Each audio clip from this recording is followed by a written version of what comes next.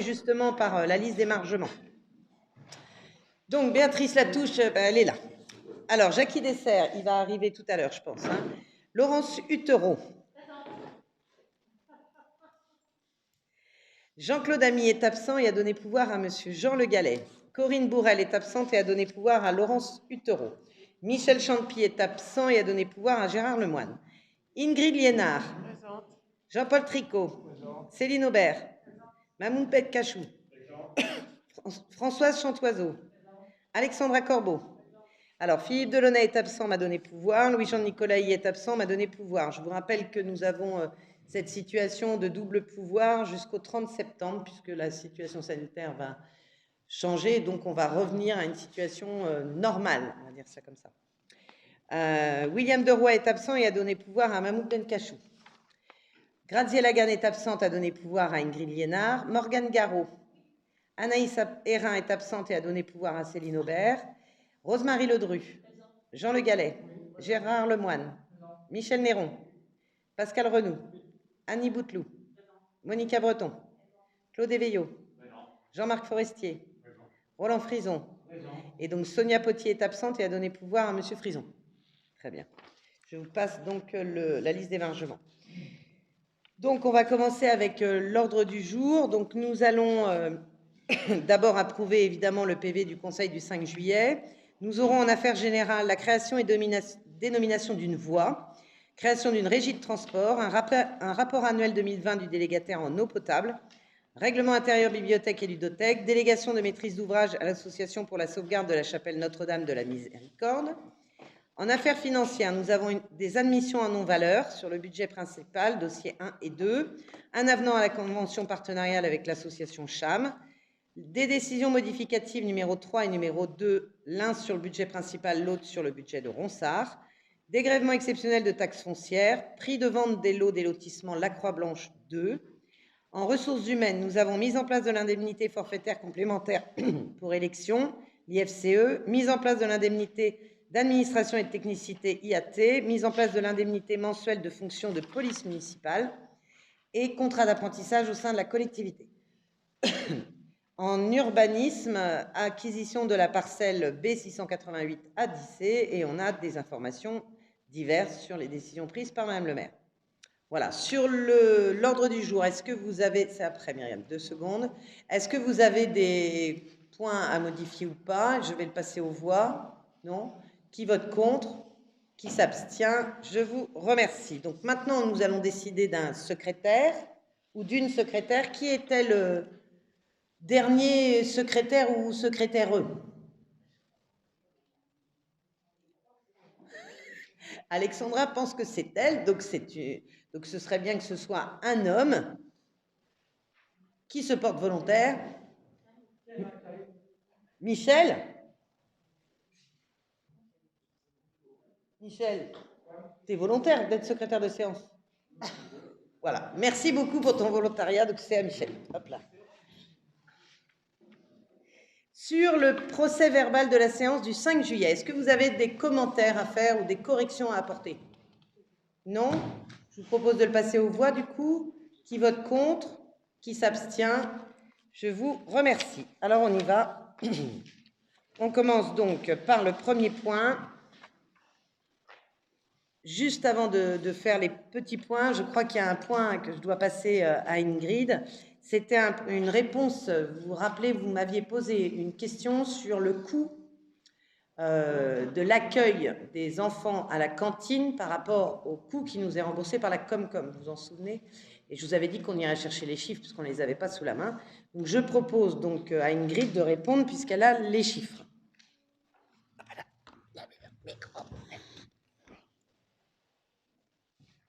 Alors...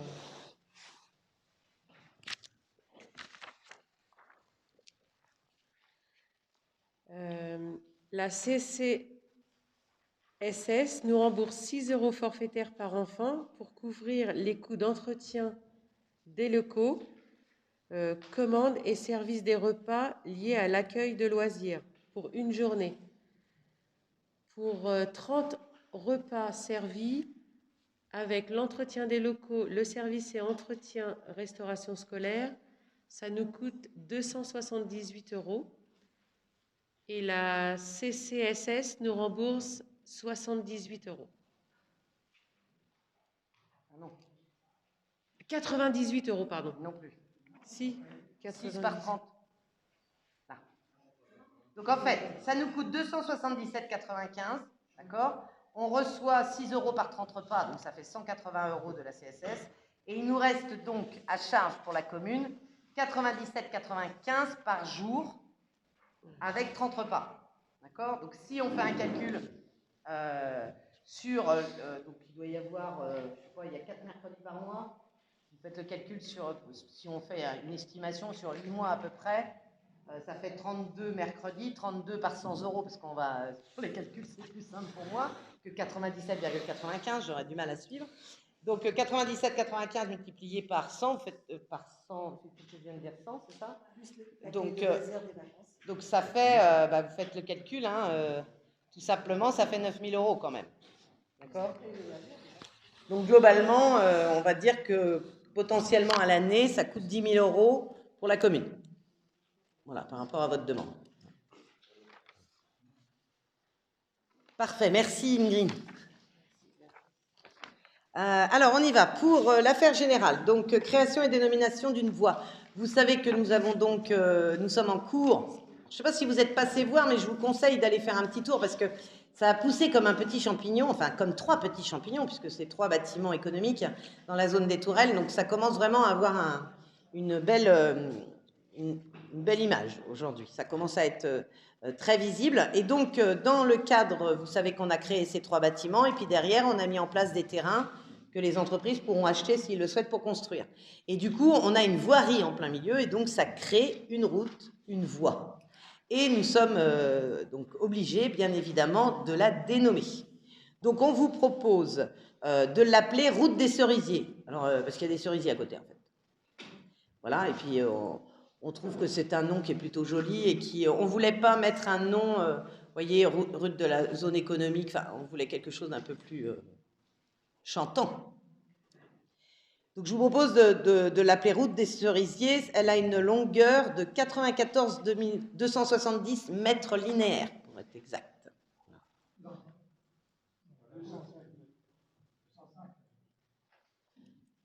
Alors moi, j'ai décidé d'avaliser la nouvelle longueur de voirie arrêtée à 92 270 mètres linéaires. Ah oui, pardon, je vais y arriver. En fait, on adopte la dénomination route des cerisiers. Ensuite, on avalise la nouvelle longueur de voirie totale que l'on va remonter à la communauté de communes. C'est ça?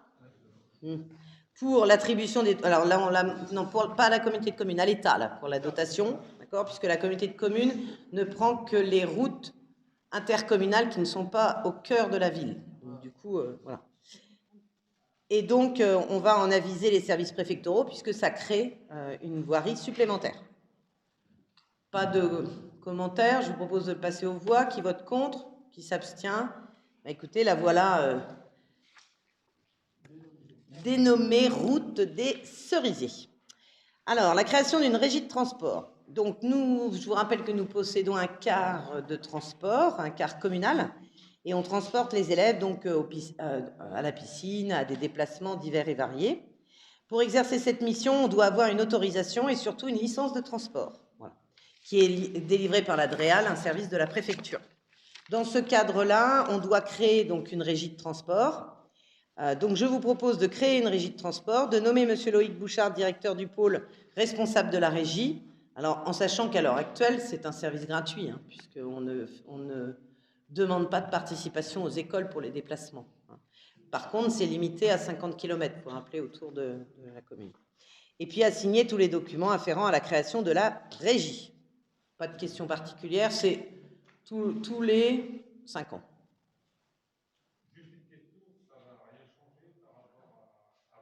Non,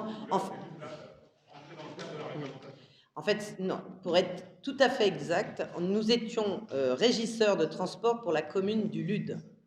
Sauf qu'aujourd'hui, nous sommes la commune nouvelle du Lude.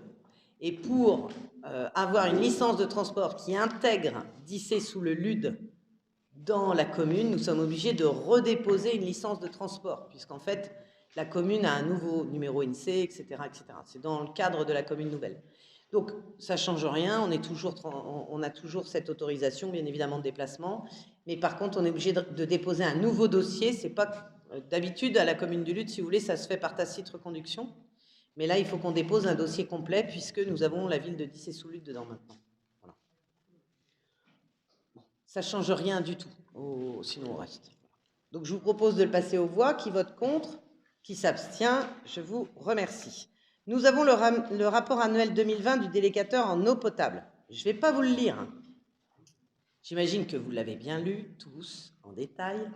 Est-ce que vous avez des questions par rapport à ce rapport? Oui, Monsieur Frison, vous avez le micro? Oui. Une première question, quelque chose que je n'ai pas compris, page 30 du rapport. Ce qui concerne, c'est la proportion d'impayés par rapport aux factures globales. Ah. Et dans le tableau, page 30, il est noté qu'en 2019, les factures représentaient 350 000 € et en 2020, 811 000. Tout à fait. Michel, tu veux répondre parce que tu as posé la même question au délégataire. Non, on n'a pas eu la réponse, mais ce serait bien que tu aies un micro quand même. Oui, c'est une anomalie qu'on a notée. D'ailleurs, le rapport de la commission des finances pourra en faire part.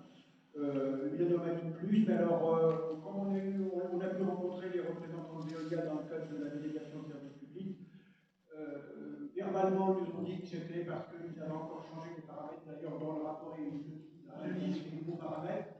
Moi, ça ne me satisfait pas, parce que dans le rapport, il y aura quelques petites modifications en changement de paramètres. De 350 000 au 300 000, c'est pas un paramètre. Donc, c'est dans le cadre de. Je veux intervenir par rapport au projet de délibération. Il faudrait que dans la délibération, on intègre toutes les questions que la commission des finances se pose, notamment celui-là. Est-ce que vous avez d'autres questions? Allez-y. J'en ai une récurrente que je pose tous les ans. C'est le problème de la qualité de l'eau et des métaux lourds. Autrefois, dans les rapports, on avait les résultats des métaux lourds. Dans la petite feuille, là, il y a un renvoi au ministre, à une fiche sur le ministère de la Sécurité et de la Santé. Et quand on y va, il n'y a toujours pas affiché les métaux lourds. Et je sais, et là, c'est un débat qu'on a eu ici, dans des années antérieures, ils disent que les résultats sont bons. Ils sont bons par rapport à quoi? On a des résultats, je pense, à des taux d'exploitation relativement hauts par rapport à d'autres pays et par rapport à ce que préconisent certaines organisations. Voilà. On constate par exemple qu'il y a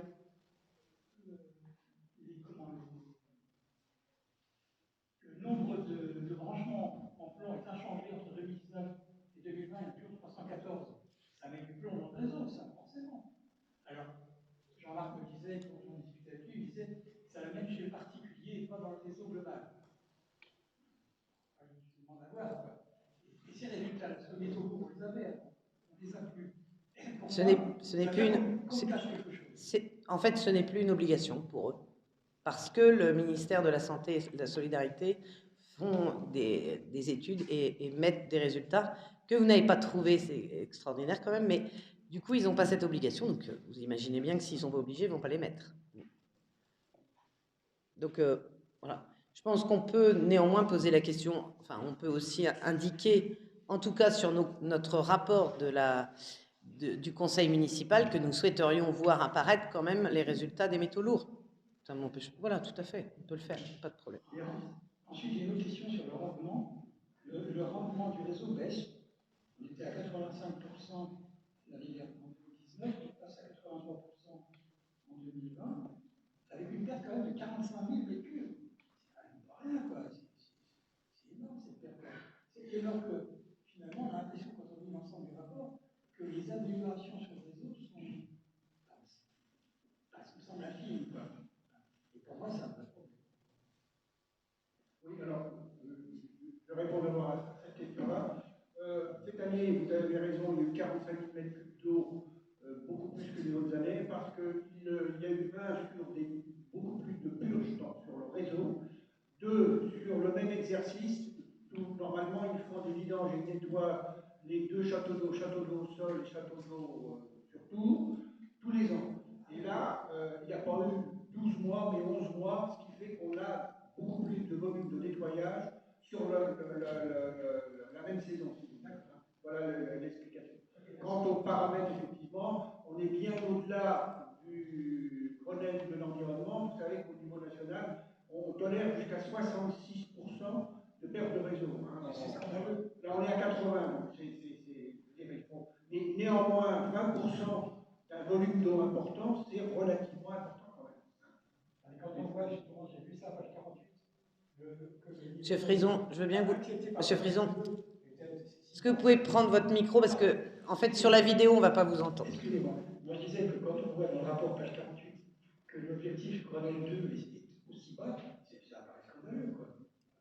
Et puis alors, je vous profite pour rebondir sur la première question tout à l'heure. Comme l'année dernière, les renseignements que vous demandez ne sont pas à l'initiative de Veolia, mais de l'ARS. Normalement, l'ARS, tous les ans, nous envoie un rapport, on va l'avoir en mairie, sur toutes les précisions que vous demandez. Et ce n'est pas Veolia qui le fournit, c'est l'Agence régionale de santé.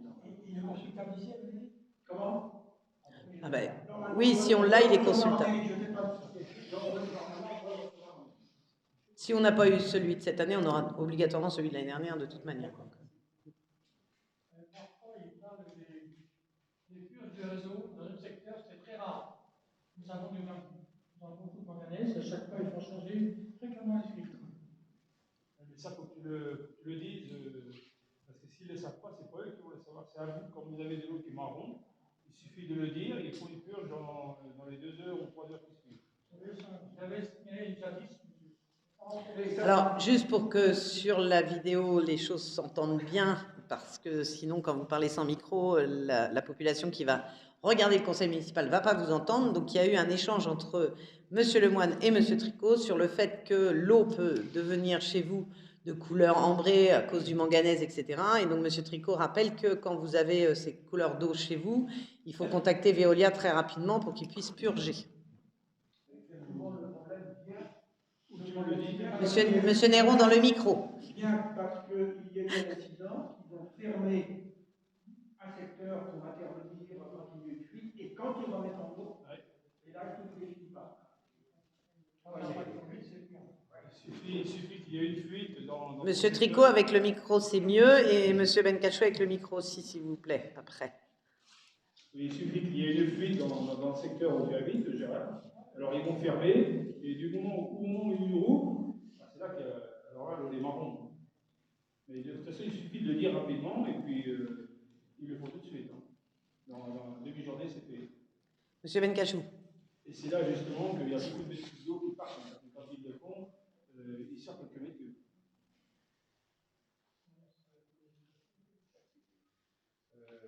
Oui, moi j'ai un investisseur et on change le filtre, il est marrant, quoi.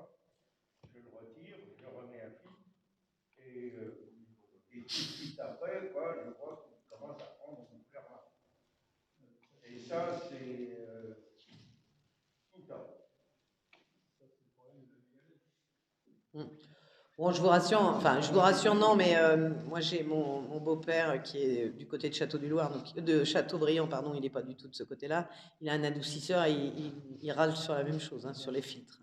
Donc de toute manière, il ne faut pas croire que notre eau que nous avons, qui est potable, c'est-à-dire qu'on peut boire, etc., mais il y a de toute manière des particules dans cette eau. Obligatoirement, elle passe dans des tuyaux, etc., donc on sait bien. C'est pas... Micro, Monsieur Néron. Il faut dire que dans le cadre du débat qu'on a actuellement sur la délégation de service public, Veolia nous fait une proposition d'amélioration de l'organisation. Donc ça sera un arbitrage à avoir au conseil municipal.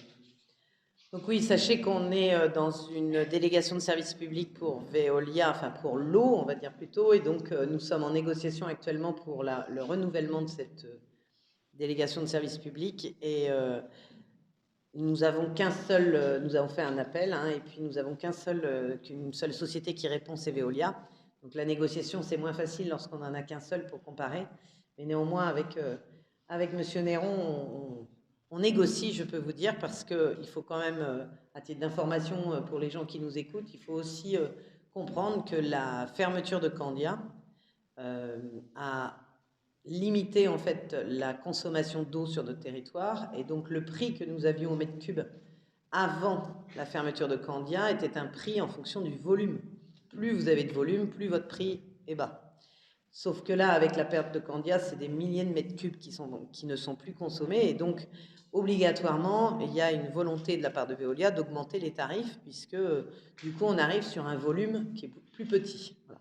Donc, on travaille beaucoup avec eux et on négocie beaucoup pour que cette augmentation du prix de l'eau soit faible.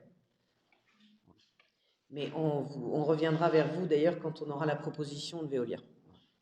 Donc, je vous propose du coup de passer le rapport annuel. Alors, donc, j'ai bien noté que, il faut intégrer les questions de la Commission des finances à la délibération. Donc, la plupart des questions qu'on a abordées ici.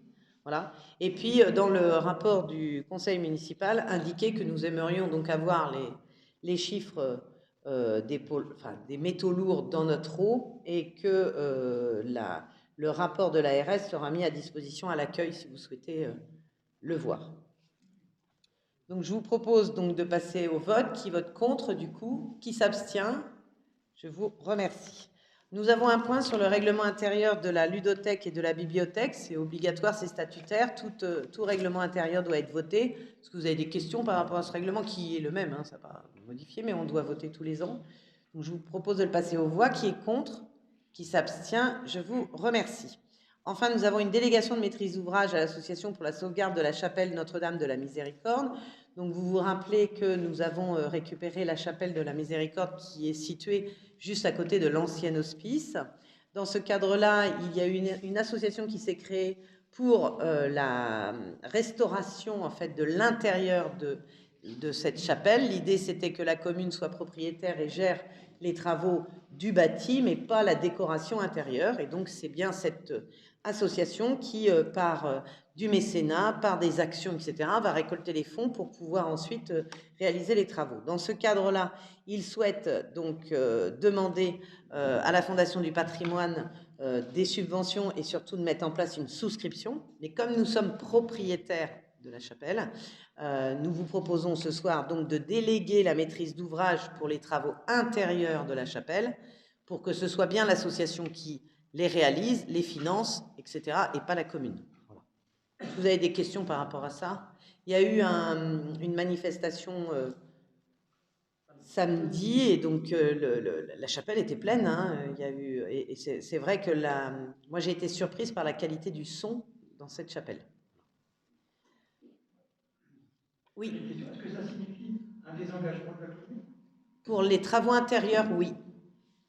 C'était ce qui était acté dès le début. C'était la commune sera propriétaire de la chapelle, elle sera responsable du bâti, c'est-à-dire toiture, tout l'extérieur en fait. Mais par contre, la décoration intérieure qui doit être faite, c'est de la responsabilité de de l'association de la chapelle. Voilà. Oui, tout à fait. Donc, je vous propose de le passer aux voix. Qui vote contre? Qui s'abstient? 2 abstentions? J'ai pas vu, excusez-moi. Monsieur Frison, qui s'abstient avec Madame Potier. Très bien. Ensuite, donc en affaires financières, nous avons des admissions en non-valeur de produits irrécouvrables sur le budget principal numéro 1. Donc, vous savez que nous avons un nouveau trésorier receveur municipal qui s'appelle Monsieur Elias, qui est arrivé. Et il nous a fait un bilan, bien évidemment, financier. Et dans ce cadre-là, il nous propose à mettre donc en non-valeur une dette globale de 230,36 €, qui sont des recettes qui ont été émises mais qui n'ont pas été payées, d'accord? C'est essentiellement des taxes de propreté, de la restauration scolaire, location de garage et droit de place. Voilà. Donc, on vous demande de voter pour admettre en non-valeur ces titres de 230,36 € sur le budget principal. Avez-vous des questions par rapport à ça? Bon, c'est un cumul de petites sommes, en fait. Monsieur Néron intervient. Oui, moi, je n'ai pas de questions puisqu'on a eu le débat en commission des finances, mais j'ai toujours la même interrogation, et notamment quand je vois l'attendu qui est proposé par le trésorier maintenant, nouveau, considérant que toutes les opérations visant à recouvrer ces créances ont été diligentées par monsieur le trésorier receveur municipal dans les délais réglementaires. J'aimerais qu'il me prouve qu'il a tout fait dans les délais réglementaires. Et ça, c'est une définition qu'on n'avait pas avant. Bon, je crois qu'on va avoir ce sujet juste après. Donc pour celui-ci, en tout cas de 230,36, je vous propose de le passer aux voix. Donc qui vote contre? Qui s'abstient? Je vous remercie. Et, pardon, une abstention. Monsieur, deux. Deux, donc Monsieur Michel Néron et Jean-Paul Tricot, c'est ça? Et Monsieur Frison, donc ça fait 3. Enfin, ça fait 4 avec Mme Potier. On va y arriver, on va y arriver. 4 abstentions, très bien. Sur l'admission en non-valeur de produits irrécouvrables sur le budget principal, le dossier numéro 2, donc c'est exactement la même chose. Là, on est sur une somme globale de 809,31 €. Ce sont des redevances d'occupation du domaine public, des forfaits électricité, de la redevance assainissement, suite à la dissolution du SPANC, et des loyers. Donc, sur la même question et la même punition, c'est ça, je vous propose de passer aux voix. Donc, qui vote contre? Qui s'abstient? On en a toujours 4. 4 abstentions. Très bien. Les mêmes que tout à l'heure, Madame Levert. Très bien. Donc ensuite, le point suivant financier, c'est l'avenant à la convention partenariat avec l'association Chantier Histoire et Architecture Médiévale Le Cham. Alors, vous vous rappelez que nous avons donc un chantier école qui était porté sur 3 années. Nous avions donc calé une convention sur la première année d'une somme, donc c'était une somme prévisionnelle puisque le chantier commençait. Nous avons donc fait le budget réalisé, donc le bilan, et il s'avère que le coût de cette campagne a été moins important que ce qu'on avait voté comme montant pour la convention, d'accord ? Donc du coup, on a revu à la baisse la convention 2021-2022, c'est-à-dire celle pour l'année prochaine. On l'a rebasée sur les bons calculs puisqu'on avait une année de recul. Et puis comme on a en plus un trop versé, donc du coup, le coût de la campagne 2021-2022 s'élève à 179, moins bien évidemment le trop versé 2020-2021 qui est à hauteur de 44 596. Donc du coup, nous allons signer avec eux une convention pour l'année 2021-2022 de 134 414. Ces 134 414, c'est le fonctionnement donc pour le chantier école, en sachant que là, vous n'avez pas les recettes. D'accord, c'est la convention de dépenses. L'année dernière, nous avions eu, rappelez-vous, la mission Berne qui était à hauteur de 116 000, etc. Là, on va avoir du partenariat, donc encore région, on a du partenariat département. Enfin, voilà, on a un certain nombre de partenariats qui va venir aussi en recettes. Est-ce que vous avez des questions par rapport à ça? Donc du coup, on avait, juste à titre d'information, celle qu'on avait votée l'année dernière était à hauteur de 270 000 de tête. Comment? C'était 207 plus les 80 000 de la région. Bon, je me rappelle en tout cas que c'était à plus de 200 000 € qu'on avait voté la première convention. Et donc, du coup, bien évidemment, c'était du prévisionnel. Maintenant, on est sur le réalisé. Oui. Oui, concernant ces 40 000 € qui n'ont pas été dépensés, c'est dû à quoi? Alors, dans le budget prévisionnel, c'est dû à, par exemple, moins de matériaux, c'est moins de sable, moins de tuffeau. On avait fait du prévisionnel, hein, et puis je rappelle quand même que nous sommes basés, nous, sur un calcul de 18 stagiaires. Or, nous avons eu plutôt entre 15 et 17. Donc, du coup, il y a eu moins de charges, ce qui est logique. Hein. D'autres questions sur cette convention? Je vous propose de la passer aux voix. Donc, qui vote contre? Deux contre, donc c'est Monsieur Frison et Mme Potier. Qui s'abstient? Je vous remercie. Autre point donc sur la décision modificative numéro 3 du budget principal, donc c'est en lien, hein, bien évidemment. Pour faire suite à la signature de l'avenant, on doit faire une modification puisqu'on a modifié le montant, donc c'est normal. Donc on a cette différence entre la section de fonctionnement dépenses, donc on prend au 68-15, 84 494 pour le porter au 65-74, 82 494. Donc tout simplement parce que la convention, la difficulté pour le CHAM, c'est que, enfin pour nous aussi, c'est que lui, il a une convention en année scolaire et nous avons un budget en année civile. D'accord ? On a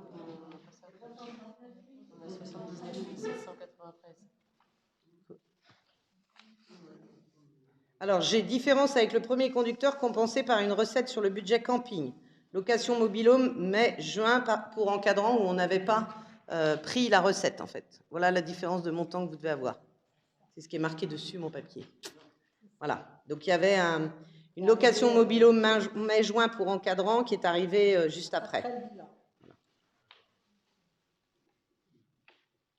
Donc, sur cette décision modificative, donc qui vote contre? Donc 2. Qui s'abstient? Je vous remercie. Ensuite, donc, on a une décision modificative numéro 2. Là, c'est sur le budget de Ronsard. Donc, dans le cadre des travaux d'aménagement de la salle conviviale, une décision modificative est nécessaire autour de 55 000 €. Donc, on prend sur une ligne et on la porte sur une autre. Est-ce que vous avez des questions par rapport à ça? La salle conviviale, c'est celle des élections. Oui, l'ancienne salle des aînés ruraux qui a basculé en fait dans l'espace famille. Voilà. Oui, c'est ça, tout à fait. Alors, je vous propose de la passer aux voix s'il n'y a pas d'autres questions. Qui vote contre? Qui s'abstient? Je vous remercie. Alors, nous avons possibilité de faire un dégrèvement exceptionnel de la taxe foncière sur les propriétés bâties au titre de l'année 2021 pour les établissements qui ont fait l'objet d'une fermeture administrative continue entre le 15 mars 2020 et le 8 juillet 2021 en raison de la crise sanitaire et dont les propriétaires ont accordé une remise totale de loyer au titre de 2020. Donc pour ceux qui regardent cette vidéo et qui sont propriétaires de bâtis avec des locataires commerciaux, artisanaux ou industriels qui ont fermé leur activité, ils peuvent donc demander un dégrèvement en fait, à partir du moment où on aura voté cette délibération bien évidemment, mais ils pourront demander un dégrèvement sur leur taxe foncière. C'est pour valoriser en fait les propriétaires qui ont soutenu les entreprises qui étaient en difficulté. Est-ce que vous avez des questions par rapport à ça? Moi, je pense que c'est une bonne... Bon, c'est vrai que ça peut être c'est une baisse de revenus pour la commune, mais je crois que c'est un acte solidaire intéressant. Et puis, pour une fois, c'est aussi à destination des propriétaires privés, en fait. Voilà. Pas d'autres questions? Donc, oui, Monsieur Forestier. Un propriétaire privé, il a peut-être continué à demander les loyers à l'entreprise. Donc, il ne sera pas dégrévé. En fait, l'État, le Trésor public, les impôts, si vous préférez, vont demander la preuve qu'il est bien propriétaire du bâti, le bail de location et une attestation du locataire par lequel il n'a pas versé le loyer. D'accord? Évidemment, il va y avoir vérification. Sinon, tout le monde va le demander, mais non, il y aura une vérification. Donc, il faudra fournir les documents. Je vous propose de le passer aux voix. Qui vote contre? Qui s'abstient? Merci. Donc, pour les personnes qui m'écoutent et qui sont dans cette situation-là, il ne faut pas hésiter à faire un courrier, en fait, aux impôts. Alors, pour le prix de vente des lots du lotissement de la Croix-Blanche numéro 2, donc, je vous rappelle qu'on a des travaux et des opérations de bornage du nouveau lotissement la Croix-Blanche 2, parce qu'on avait la Croix-Blanche 1. Voilà. Et donc, ces travaux sont terminés. Maintenant, il convient bien évidemment de déterminer le prix de vente pour qu'on puisse vendre les terrains aux personnes qui souhaitent construire. Donc au mètre carré. Donc on rappelle qu'il y a 4 lots, un lot de 1090 mètres carrés, 1080 mètres carrés, 1100 mètres carrés et 1290 mètres carrés. Et donc vu l'avis de la Commission des finances en date du 22 juillet 2021, je vous propose de fixer le prix au mètre carré à 18,33 € hors taxe, soit 22 € TTC le mètre carré. Pas de questions particulières sur ce sujet. Je vous propose de le passer aux voix. Donc, qui vote contre? Qui s'abstient? Très bien. Donc, ça veut dire qu'à partir de ce vote, on va pouvoir maintenant commercialiser ces lots. Alors, ça tombe bien parce qu'il n'y en avait plus un seul de disponible. Voilà. En ressources humaines, donc, nous avons la mise en place de l'indemnité forfaitaire complémentaire pour élections et FCE. Donc, vous savez que quand on organise les élections, les agents viennent nous aider, y compris sur le samedi, le dimanche, en heure complémentaire. Et donc, ils ont le droit, dans ce cadre-là, c'est le droit des fonctionnaires et en particulier pour les élections, à une indemnité. Voilà. Donc, je vous propose donc d'instituer cette indemnité, que le montant de référence calculé sera de l'IFTS de 2e catégorie assorti d'un coefficient compris entre 0 et 8. Ne me demandez pas le calcul... ça sera fait automatiquement par nos services, bien évidemment. Donc, ça c'est étendu aussi aux agents non titulaires, parce qu'à un moment donné, ça pouvait être donné qu'aux titulaires, mais on a aussi des non titulaires qui sont venus nous aider, donc ça nous paraît normal que toutes les personnes qui ont participé aux élections ait cette indemnité. Voilà. Et évidemment, dans la limite des crédits qui sont inscrits sur notre budget. Voilà. Et donc l'indemnité sera effectuée après chaque tour de consultation électorale. Je rappelle que donc 2022 nous apportera deux consultations électorales. Et voilà. Pas de questions particulières? Si le calcul barbare, ça donne quoi? J'ai rien entendu. J'ai pas entendu, monsieur. Le calcul barbare, il donne quoi comme résultat? Là, le montant indemnitaire, ce que ça fait? En fait, c'est en fonction du salaire, de l'indemnité. Là, je ne peux pas vous répondre, mais je pourrais vous répondre la prochaine fois si vous voulez. Je peux On va vous donner un sur des municipales, par exemple. Oui, ok, on vous donnera une fourchette, très bien. Donc, je vous propose donc de le voter aux voix. Qui est contre? Qui s'abstient? Je vous remercie. On a l'indemnité d'administration et de technicité l'IAT. Donc là, cette indemnité peut être attribuée aux fonctionnaires de catégorie C et aux fonctionnaires de catégorie B, dont la rémunération est au plus égale à celle qui correspond à l'indice brut de 380.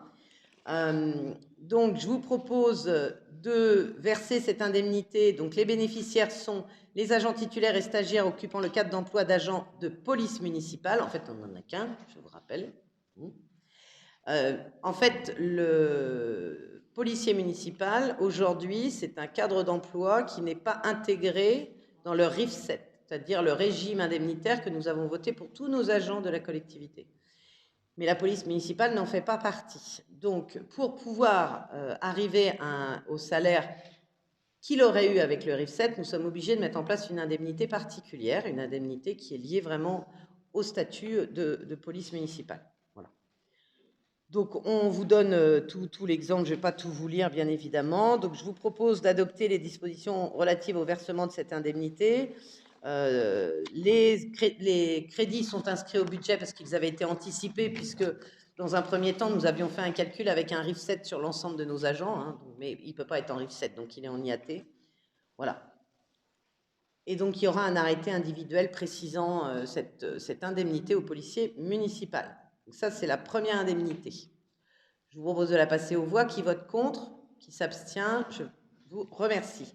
La deuxième indemnité, donc c'est une indemnité spéciale mensuelle de fonction de police municipale, qui est pareil, qui est que pour les policiers municipaux, hein, qui est vraiment lié à son emploi.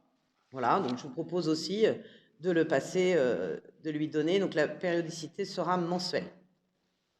Qui vote contre? Qui s'abstient? Je vous remercie. Juste un petit mot. Monsieur Le Noble, notre policier municipal, a été en formation, comme vous le savez, pendant 8 mois pour pouvoir être complètement, on va dire, il l'était avant, hein, mais pour être complètement policier municipal formé et donc statutairement avec toutes les autorisations. Je voulais simplement vous dire que j'ai rencontré la ministre de la fonction publique il y a à peine un mois, et je lui ai dit quand même que, là je porte ce discours-là au nom des maires, des petites communes en particulier, je lui ai dit toute la difficulté pour des communes rurales comme la nôtre, lorsque nous souhaitons recruter des policiers municipaux. Parce que lorsqu'on recrute un policier municipal, quel que soit le statut de ce policier municipal ou son ancien emploi, il doit partir 8 mois en formation. Donc ça veut dire que nous recrutons un policier municipal, il part 8 mois, nous ne l'avons plus sur la commune, mais nous versons le salaire, hein, d'accord? Et au bout de 8 mois, il revient seulement. 8 mois, c'est énorme. Hein. Et on ne prend pas en compte les compétences qu'il a avant. C'est-à-dire qu'aujourd'hui, nous avons des gendarmes qui décident de quitter la gendarmerie pour devenir policier municipal. Ils partent 8 mois en formation, formés par leurs propres collègues gendarmes, qu'ils ont peut-être même géré quand ils étaient en gendarmerie. Il y a un truc qui s'appelle la validation des acquis. Voilà, qui n'existe pas. Moi, j'ai demandé au ministre, en effet, qu'on mette en place la validation des acquis, parce que M. Le Noble était un militaire, des mineurs, il avait obligatoirement des modules qu'il n'avait pas besoin de passer. Voilà. Donc ça, c'est le premier point. Et puis le deuxième point, moi, j'ai aussi dit à la ministre toute la difficulté aujourd'hui pour les communes rurales comme les nôtres, parce que aujourd'hui, il y a des brigades de police municipale dans des plus grosses villes qui se créent. Et on arrive à une sorte, je vais assumer mon mot, même si je vais peut-être via les réseaux en assumer les conséquences derrière, mais nous arrivons à une sorte de mercénariat de la police municipale. C'est-à-dire que Aujourd'hui, il y a des postes partout de policiers municipaux. Et donc, une fois qu'ils sont formés après leurs 8 mois de formation, ils peuvent postuler à plein de postes et les salaires sont augmentés parce qu'on n'arrive pas à trouver des policiers municipaux en nombre. Et donc, moi, monsieur Le Noble, par exemple, à la fin de sa formation, il a eu plus de 6 propositions de postes ailleurs qu'au Lude. Mieux payés qu'au Lude. Donc, on arrive dans une situation où, en fait, des communes rurales comme nous, on va recruter quelqu'un qu'on va former pendant 8 mois, qui va partir ensuite vers une autre ville pour avoir un meilleur salaire. Donc, on va recruter quelqu'un qui va partir 8 mois. Non, mais c'est pas possible. Financièrement, pour nos petites communes, c'est pas possible, quoi. Donc, j'ai fait ce rappel à la ministre de la fonction publique parce que vraiment, je trouve que c'est vraiment difficile pour nous. Juste après ces 8 mois, il n'y a pas d'obligation d'engagement Non. de durée? Non. Ben non. Ça aussi, je lui ai dit que ce serait bien quand même qu'il y ait un engagement sur la collectivité territoriale qui a financé la formation. Mais non. Non, non, il n'y en a pas. Donc du coup, voilà, c'est le jeu des chaises musicales hein, et c'est compliqué. Mais vous savez, la gendarmerie elle-même aujourd'hui a ce discours-là aussi parce qu'elle perd beaucoup de gendarmes qui préfèrent aller vers la police municipale parce que la police municipale, il n'y a pas les gardes de nuit, il n'y a pas les gardes le week-end, etc. aussi. Donc, compliqué, cette situation. Et la réponse de la ministre? Alors, la ministre m'a dit que c'était très compliqué parce qu'il y avait des syndicats, que ce soit le syndicat qui organise la formation ou que ce soit les syndicats de police municipale, tous les deux, en fait, font un lobbying très fort pour rester dans cette situation-là. Parce que du coup, si on fait de la validation des acquis, ça veut dire que la formation sera plus courte. Et donc, l'organisme de formation, bien évidemment, reçoit moins d'argent puisqu'il aura moins de temps, etc. Enfin, vous voyez, il y a des implications fortes. Mais c'est un sujet qui est sur la table, en tout cas du ministre. Le point suivant, mais je tenais à vous le dire parce que c'est aussi pour la population. Sachez que pour nous, c'est pas simple de garder nos policiers municipaux, de bons policiers municipaux, et c'est le cas de monsieur Le Noble. Il faut qu'on arrive à le garder. Ces 2 indemnités, c'est vrai, augmentent un peu son salaire, et donc ça n'équilibre sans aucun doute pas des plus grosses villes qui pourraient lui proposer plus. Mais en même temps, il aime aussi être au Lude parce que c'est calme, parce que moi, c'est ce que je lui dis. Être dans une grande ville, ça veut dire aussi des risques multipliés hein, par rapport au Lude, hein, donc, en termes d'emploi. Donc, il le sait bien. Donc, j'espère vraiment qu'il restera avec nous un certain nombre de temps. Ensuite, on a donc les contrats d'apprentissage. Vous vous rappelez, j'ai toujours prôné la possibilité pour la collectivité d'avoir des contrats d'apprentissage. La difficulté qu'on avait sur ces contrats d'apprentissage pour les collectivités, c'est que nous n'étions absolument pas aidés comme dans le privé. C'est-à-dire que nous n'avions pas d'aide pour avoir des contrats d'apprentis, ça nous coûtait assez cher par rapport aux services rendus pour la collectivité. Or, il y a eu une modification de ces aides et du coup, maintenant, on a possibilité d'avoir plus d'aides. Et donc, je vous propose aujourd'hui de valider l'ouverture de 2 postes d'apprentis. Alors, bien évidemment, ça ne veut pas dire qu'on en aura 2, puisqu'il faut trouver le jeune qui soit en apprentissage chez nous avec les bonnes qualifications et puis qui souhaite vraiment être en apprentissage au Lude. Mais je trouve que c'est intéressant quand même de proposer 2 contrats d'apprentissage pour des jeunes. Est-ce que vous avez des questions par rapport à ça? Oui, monsieur Forestier. Donc 2 postes, quel niveau de formation et pour quel emploi? Pour quelle formation? Ouais, ce qu'on souhaiterait, c'est un contrat d'apprentissage plutôt sur les services techniques. D'accord. Et puis un contrat d'apprentissage plutôt sur la partie administrative ou sociale aussi. Maintenant, on ne s'est pas fermé sur des diplômes parce qu'on n'a pas envie de se fermer les portes à tous les jeunes. Donc, on ouvre 2 contrats d'apprentissage. Donc là, je le dis pour les jeunes qui cherchent un contrat d'apprentissage, ils peuvent envoyer leur candidature dans la commune. Et puis nous, on verra si on a suffisamment de dossiers, eh bien, on fera comme on fait d'habitude, c'est-à-dire une commission où on va analyser les profils. Et puis, mais j'espère qu'on en aura plein. Mais si on n'en a pas plein, en tout cas, on ne veut pas se fermer en disant on veut un CAP, je sais pas moi, par exemple peinture, maçonnerie, voilà. De toute manière, je rappelle quand même que l'apprenti, il sera formé dans nos services. Il est là pour apprendre. Donc, il faut qu'il y ait un tuteur aussi. oui, donc on a des maîtres d'apprentissage sur les 2 secteurs qui veulent bien. Donc, voilà. Pas d'autres questions, je vous propose de le passer aux voix. Qui vote contre? Qui s'abstient? Je vous remercie pour ces jeunes qui pourront répondre maintenant et postuler. Alors, en urbanisme, on a l'acquisition de la parcelle B688. Alors, il faut que je vous explique quand même. Donc, c'est une parcelle qui a été proposée à la vente. Un acquéreur s'est proposé de l'acheter pour la somme de 500 €.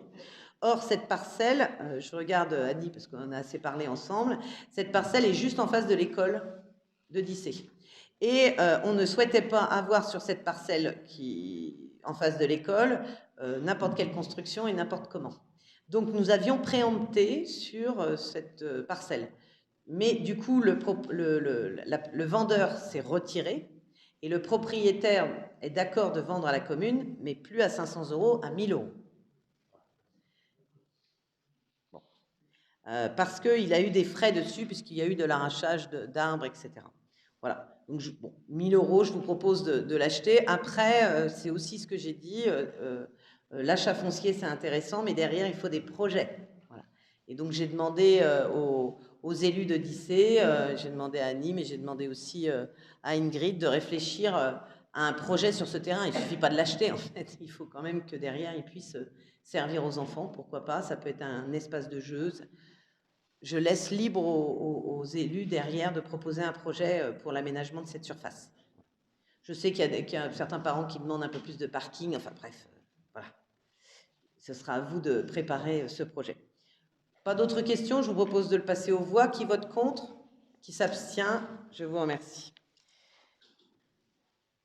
Donc, nous arrivons du coup aux informations diverses, si je comprends bien.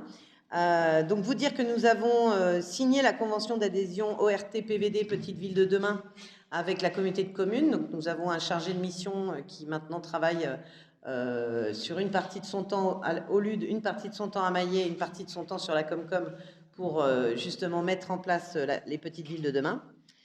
Nous avons signé l'acte d'acquisition d'une partie du bien rue du Bœuf et l'acte de vente de 1 place de l'hôtel de ville. Alors, une partie du bien rue du Bœuf, vous savez, c'est pour faire le chemin piétonnier derrière la maison des services. Et puis, l'acte de vente du 1 place de l'hôtel de ville, c'est donc les MMA qui arrivent sur l'ancienne banque CIC. D'ailleurs, vous avez dû voir tous les travaux, ils sont en cours. Ils sont en train de tout réaménager pour s'installer. Nous l'avons vendu. Nous avons vendu que la partie rez-de-chaussée, pour le moment, juste leur espace à eux. Nous avons lancé l'appel d'offres pour la prestation de services d'assurance qui a été lancé donc le 2 août 2021. La date limite de remise des offres est fixée au 30 septembre 2021. Donc nous sommes obligés de relancer en fait nos contrats d'assurance. Donc c'est normal qu'on ait fait cet appel. Voilà. Bien, mais je vous propose maintenant de passer aux questions. Monsieur Frison, vous commencez? Je vais lire tout parce qu'on n'a pas eu le temps de se réunir pour s'en faire avec. Très bien. Première question, pouvez-vous nous préciser où en sont les négociations avec la Comcom pour le site Candia? Alors, nous avions eu de tête un bureau communautaire avant les vacances où nous avions échangé sur... donc, je vous rappelle quand même l'historique, c'est-à-dire que le conseil municipal a statué pour récupérer la deuxième partie du site Candia. Nous avons fait un courrier au président de la Comcom annonçant donc notre volonté de récupérer ce site qu'il proposait à la vente pour 15 €. Et donc, nous avions aussi proposé de participer aux frais de notaire, évidemment pour dédommager un petit peu la communauté de communes des frais qu'elle avait engagés. Sur ce courrier, le président de la Comcom souhaitait dans un premier temps garder un bâtiment communautaire sur le site. Il souhaitait garder le bâtiment, le meilleur bâtiment en bon état, qui était donc le bâtiment le plus récent. Il souhaitait garder ce bâtiment parce qu'il voulait stocker des toiles de tente de la Comcom dedans. Le problème, c'est que c'est un bâtiment aujourd'hui où vous avez des vestiaires, des sanitaires, c'est un bâtiment en très bon état sur lequel on peut installer une entreprise. Et moi, mettre des toiles de tente dedans, enfin, je trouve que c'était pas du tout adapté. Donc, on a proposé à la communauté de communes un bâtiment plutôt aux zones des tourelles, puisqu'ils en ont déjà un de stockage zone des tourelles. Donc, éventuellement, on pourrait trouver une solution pour eux, zone des tourelles, pour avoir un stockage supplémentaire. Si c'est que du stockage, il n'y a pas de besoin de sanitaire, de vestiaire, etc. donc à la fin de cette discussion avant les vacances, il s'était avéré que la communauté de communes était plutôt d'accord pour redonner le site dans sa globalité à la mairie du Lude, mais il fallait que la mairie du Lude participe aux frais. Donc nous, on était d'accord, sauf que du coup, M. Boussard souhaite mettre dans les frais d'assurance, les frais divers et variés, et donc a proposé plus de 50 000 € l'achat du site. Voilà, donc Monsieur de Nicolaï, dans la foulée, a rappelé au président de la communauté de communes que nous devions récupérer 500 000 € de la part de Candia suite à la fermeture pour nous compenser justement le prix de l'eau, etc., qui allait augmenter et tout ça, et que ces 500 000 €, nous les avions donnés à la communauté de communes pour la démolition et la construction de la gendarmerie. Et que donc, nous, d'un côté, on donne 500 et maintenant, on nous réclame quand même 50 de plus. Donc, voilà, c'en est resté là. À la rentrée, nous avons eu un nouveau bureau. L'ordre du jour du nouveau bureau ne parlait absolument pas de Candia, donc moi, je suis arrivée, voilà. On a fait le bureau et d'un seul coup, à la fin de ce bureau, M. Boussard a remis sur le tapis le fait que lui, il n'était pas d'accord et qu'il voulait absolument récupérer le bâtiment récent sur le site et que du coup, les frais étaient en augmentation et que maintenant, c'était plus de 60 000 €. Donc, il y a eu une discussion avec un certain nombre de maires. Les maires ont tous dit qu'ils étaient fatigués de cette situation. Ils étaient fatigués de voir que ça n'aboutissait pas et que la dernière fois, nous avions quand même statué sur le fait que la commune du Lude devait récupérer l'ensemble du site. Donc, à la fin de cette réunion de bureau, encore une fois, il a été statué que la ville du Lude récupérait l'ensemble du site et que, comme je l'ai demandé la dernière fois, que la communauté de communes nous donne la liste des charges qu'ils payent sur ce site. Alors, il faut quand même que vous sachiez que quand la communauté de communes a récupéré l'ensemble du site, la société Sodial et Candia a demandé la rétrocession des taxes foncières sur la partie de l'année où ils étaient plus propriétaires, comme on fait partout. Sauf que nous sommes une collectivité territoriale et que donc, normalement, la communauté de communes aurait dû déclarer ce terrain comme du terrain public et n'aurait pas payé la taxe foncière. Donc, sauf qu'elle ne l'a pas fait. Et du coup, elle a payé la taxe foncière, alors que nous, comme une entreprise en fait, alors que nous sommes une collectivité. Et aujourd'hui, donc la communauté de communes nous demande de rembourser ces charges-là.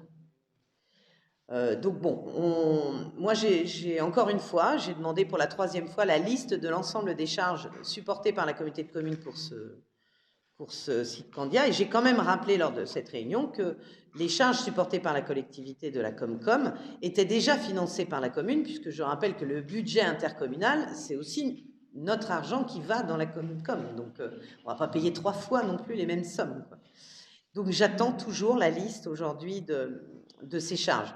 Monsieur Boussard a dit à cette réunion que la rétrocession passerait en conseil communautaire de la Comcom, pas en septembre parce que ce n'était pas possible, en octobre ou peut-être en novembre. J'ai grand espoir que le Père Noël passe en décembre pour que nous puissions peut-être de redevenir propriétaires et pouvoir enfin entamer nos projets, parce que je tiens quand même à dire qu'à la réunion publique, lorsque nous avons présenté les bords de Loire, on a bien senti toute la volonté des Ludois d'avoir quand même des berges de bords de Loire qui continuent et qui ne s'arrêtent pas à cette partie de Candia, quoi, à la première partie de Candia. Donc j'espère vraiment que les choses vont arriver. Mais ce n'est point simple, vous le savez bien, Monsieur Frison.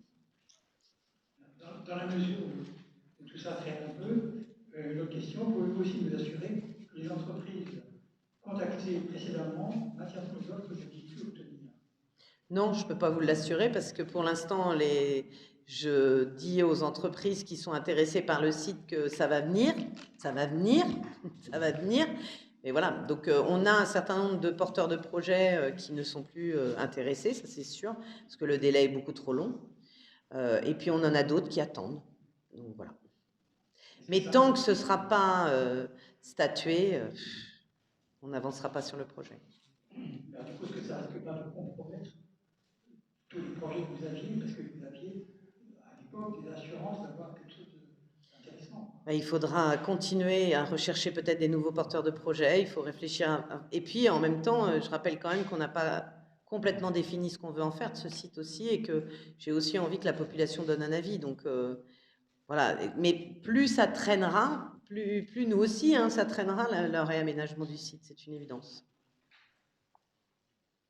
Question suivante. Pouvez-vous nous indiquer ce qu'ont donné les propositions faites à l'entreprise intéressée par le site candidat qui était proposé par M. Poussard pour éventuellement acquérir le site de la station côtière route de la Pêche? Alors, on a fait donc comme je l'avais promis, hein, on a fait une réunion en mairie avec le propriétaire, M. Verrecchia, le président de la communauté de communes, le chargé de développement économique de la communauté de communes, et puis le porteur de projet. Donc, il y avait deux porteurs de projet finalement qui étaient intéressés. Donc, ce porteur de projet qui voudrait faire une conserverie, et puis on avait aussi un nouveau porteur de projet qui souhaitait installer une entreprise de piscine.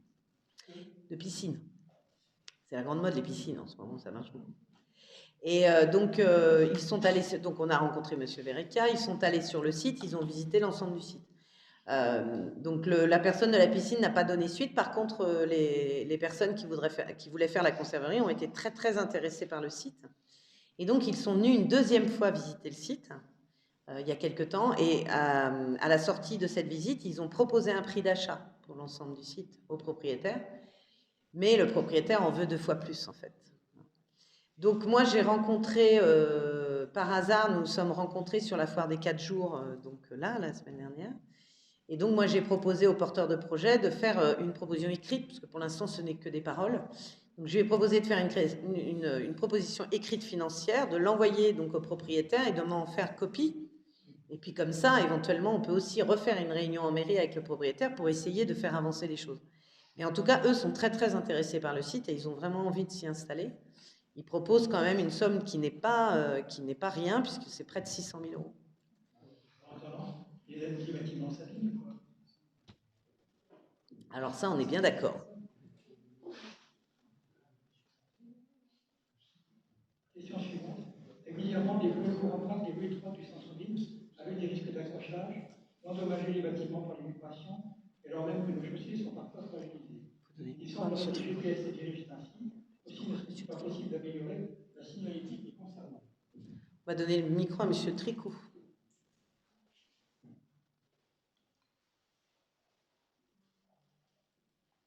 Oui, effectivement, le GPS, lorsque vous venez de Saumur, il indique bien la traversée de la ville. Alors nous, avec M. Charrier, on a regardé tout cela. Actuellement, il y a des panneaux d'interdiction poids lourds au niveau des entrées, c'est-à-dire la rue du Montuchon, la rue du Champ de Foire, il y en a 2, un en haut de la rue du Champ de Foire et un à hauteur de restaurant Bourgine. Vous avez la rue de la Butte d'Or, il y en a aussi. Il y en a aussi rue du Général de Gaulle en bas. Et vous en avez un aussi, le boulevard Fisson, à l'entrée de boulevard Paul Doumer, quand on revient vers le centre-ville. Donc, suite à cela, moi j'ai pris contact ce matin avec Google à Paris.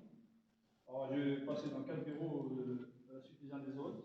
Apparemment, ils vont s'occuper de cette situation parce que je leur ai dit que c'était insupportable que nous, les poids lourds, traversent le centre-ville. C'est une ville qui va devenir petite de caractère, des rues qui sont très étroites. Alors, ils vont revoir ça et ils vont me rappeler la semaine prochaine. Et M. Charrier a envoyé un mail aussi, alors je ne sais pas ce que ça va donner, mais j'espère que le temps. Et vendredi dernier, je ne sais pas si vous avez fait attention, mais il y avait une personne de chez Google qui passait un petit peu partout dans les rues sur le Oui, ils sont en train, vous savez, de reprendre les photos et tout ça pour quand vous tapez une adresse, en fait, vous regardez des photos et c'est vrai que ça commence à dater. Moi, ce que je peux vous dire, en tout cas, c'est que les poids lourds ne regardent pas nos panneaux. En fait, ils ont le nez sur le GPS, puisque moi, le nombre de poids lourds que je récupère rue Dorée, en leur disant, non mais quand même, vous avez bien vu les panneaux? Ah ben non, on n'a pas vu les panneaux, on regarde notre GPS, et notre GPS, il nous fait passer par là. Enfin, c'est incroyable. Moi, c'est quand on a fait la balade de la visite pour la petite cité de caractère, on était 30. Hein. Et là, je vois un camion qui s'engage devant l'école Sainte-Anne. Donc ça, c'est la rue du Général de Gaulle. Ouais, la rue du Général de Gaulle. Non, mais il y a grande rue, c'est ça. C'est la grande rue. Il y a des véhicules qui sont garés, il y a des pots de fleurs. C'est tout petit. Et là, je vois un énorme camion avec une grue qui passe. Mais j'ai dit jamais il va passer. Il est passé. Oui, mais il venait du château. Parce que moi, je l'ai arrêté, je lui ai demandé ce qu'il faisait dans cette rue-là. Il m'a dit, bah, expliquez-moi par où passer, je sors du château. Il travaillait au château. Super.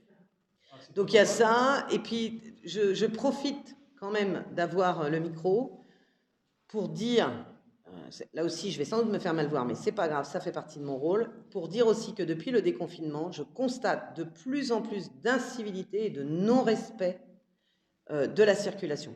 Le nombre de voitures que je récupère en sens interdit, c'est-à-dire qui descendent la rue d'Audrey, qui se trompent au niveau de la rue des Halles, qui prennent tout droit ici au Némerode, etc. Alors, je veux bien qu'on me dise que la circulation au lieu est compliquée, etc. Mais quand normalement on lève la tête et qu'on regarde les panneaux, un sens interdit est quand même clair. Moi, quand j'ai des personnes qui arrivent devant la pharmacie et qui prennent la rue des Halles à contresens et qui m'expliquent qu'il n'y a pas de panneau, il y a un énorme panneau sens interdit. Et en plus, ce que je voulais vous dire, là, il y a ça, donc il peut y avoir des gens qui se trompent, ça peut arriver, il n'y a pas de souci, mais quand ils se trompent et que vous les arrêtez pour leur dire qu'ils se trompent et que vous faites engueuler jusqu'à ce que vous dites que vous êtes le maire et que vous allez mettre une prune, parce que là, du coup, ils ne vous engueulent plus. Mais au début, moi, je me fais engueuler parce que j'ai le malheur de dire qu'il faut respecter la signalétique. Enfin, c'est quand même incroyable. J'en ai un qui m'a dit, c'est bien madame, vous avez raison de le dire, mais je passe. Ben non, non. Non, tu vas faire demi-tour. Ah non, non, je fais pas demi-tour. Bah si, si. Non, mais moi, je fais ce que je veux. Bah non, non.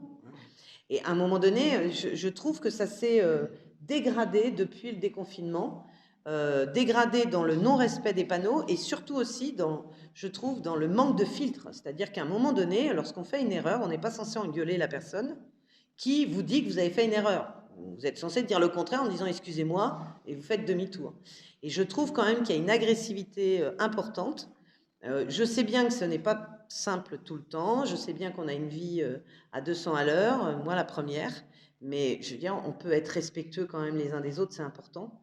Et sur la signalétique, sincèrement, nous allons sans doute durcir nos interventions et faire venir la gendarmerie plus régulièrement, parce que je vois bien que les panneaux ne sont pas autorisés. Et moi, c'est pas le fait de ne pas respecter les panneaux qui me pose problème, c'est le jour où vous allez écraser un enfant qui vient en vélo parce que lui, il a pris la route normalement et que vous êtes à contresens. C'est quand un piéton traverse et qui va se faire renverser parce que la voiture tourne autour de la mairie comme si on était les 24 heures du Mans. À un moment donné, je veux dire, il faut quand même faire attention. Voilà. Je passe le message parce que ça fait quand même en très peu de temps, là, au moins une dizaine de fois où j'interviens moi-même, en sortant de chez moi en chaussons. Donc, une petite remarque, les élus de la mairie avaient l'habitude de se réunir au Némerode tous les samedis, et là, juste devant, là, tous les samedis, on voit des voitures. Là, il y a un problème de signalétique qui n'est pas visible. Je pense que vraiment, on voit trop de gens passer et qui sont visiblement surpris, enfin, quand on leur fait signe, qui n'ont pas vu le panneau parce qu'il est trop dans le coin. oui, un samedi, il y avait un mariage, il y avait quelques personnes devant la mairie. Le gars, moi j'étais en voiture derrière lui, il est arrivé, il a vu les personnes, il a pris tout droit à la caisse d'épargne, il ne s'est pas posé la question du sens interdit. C'est juste parce que ça l'embêtait d'attendre 5 minutes. Donc moi j'étais derrière, mais on était outrés, quoi. Bon, donc je veux bien tout entendre sur la signalétique, mais en même temps, on ne peut pas en mettre partout des panneaux, et je pense qu'à un moment donné, il faut aussi lever le nez, quoi. Non, mais là, il est mal placé, c'est juste qu'il est mal placé. Et en plus, tous les accidents, c'est-à-dire que les maisons qui sont abîmées, on a vu tel que l'angle de la mairie là, qui a été accroché par un poids lourd.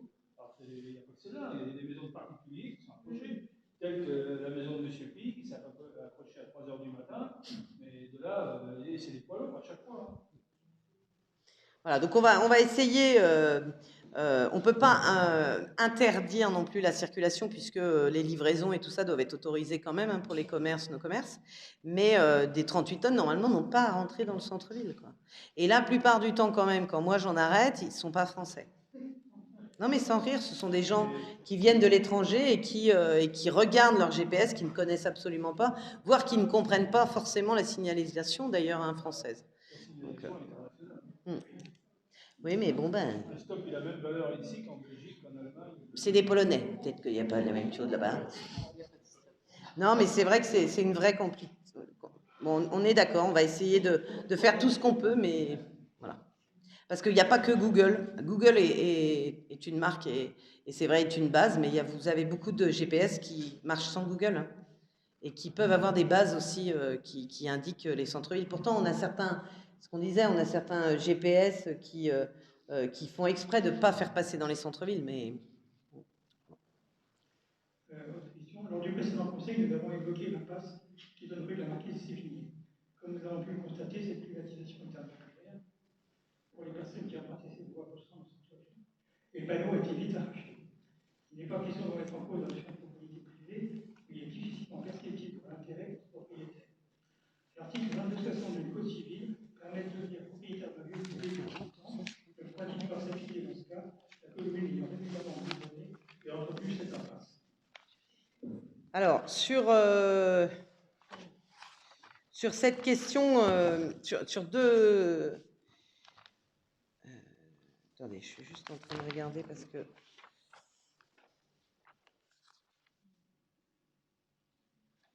Donc, juste une chose, l'ensemble de ce terrain était bien une propriété privée. D'accord ? Donc, ce n'est pas une privatisation, puisqu'elle était déjà privée, cette propriété. Elle était simplement pas fermée. Donc, il y avait un usage, une autorisation de passage tacite, puisque non écrite. Voilà. Donc, sur le texte que vous nous dites sur les 30 ans, etc., d'usage, on est en train de se renseigner. Malheureusement, aujourd'hui, on a 2 propriétaires, dont un qui vient d'acheter la parcelle. Et comme il vient d'acheter la parcelle et que il n'y a eu aucun acte comment dirais-je, où la commune s'est positionnée en tant que chemin public, en fait, parce que c'est comme ça qu'on l'a découvert, nous, très clairement. Aujourd'hui, je n'ai pas aucune possibilité, c'est-à-dire que le droit de propriété fait qu'il est chez lui, il ferme. On a déjà eu, c'est vrai, cette discussion. Moi, j'ai reçu ce propriétaire. Alors, c'est vrai, il était prêt à laisser ouvert, mais à quel coût, quoi? On devait lui fournir l'eau, l'électricité, enfin, voilà. Et donc là, aujourd'hui, c'était pas possible. Donc, on a regardé par rapport à l'article 2262, mais les critères sont tels, et comme le propriétaire vient de changer, en fait, on se trouve coincé. Et un des critères, c'est correspond bien 100 mètres. Oui, c'est ça. Souvent, c'est les biens 100 mètres qu'on peut utiliser. Vous savez, un bien qui est complètement abandonné et qu'on utilise publiquement, il devient à un moment donné dans l'escarcelle municipale, logique. Mais là, il n'est pas 100 mètres. Il a bien un propriétaire. Donc, je sais bien que c'est impopulaire. Pour l'instant, je n'ai pas de solution, en tout cas. Il y a la question, pourrions-nous avoir un plan de récapitulatif des différentes commissions de travail depuis le début de la mandature? Oui, on vous a fait un tableau qu'on va vous redonner. Voilà, avec l'ensemble des commissions. Pas de souci. Est-ce que vous avez d'autres questions? Non, pas particulièrement. Bon, très bien. Vous dire que la saison culturelle, l'ouverture de la saison culturelle, quand même dimanche, s'est très bien placée avec un spectacle qui était fort sympathique. Nous avons eu quelques Ludois, mais finalement, nous avons plus eu des personnes extérieures que des Ludois pour cette présentation. Je vous conseille de regarder quand même la plaquette parce que, sincèrement, et je tiens là à remercier Servane, mais aussi mon élu délégué à la culture et puis la commission culturelle, parce que franchement, la programmation est très très belle, de très grande qualité, et je pense qu'il y a plein de spectacles qui pourraient vous plaire. Moi, j'en ai déjà coché plein. Il faut juste que ça rentre dans mon agenda. Mais je vais essayer de venir à pas mal de spectacles. Voilà. Merci beaucoup à tous et puis une très belle soirée.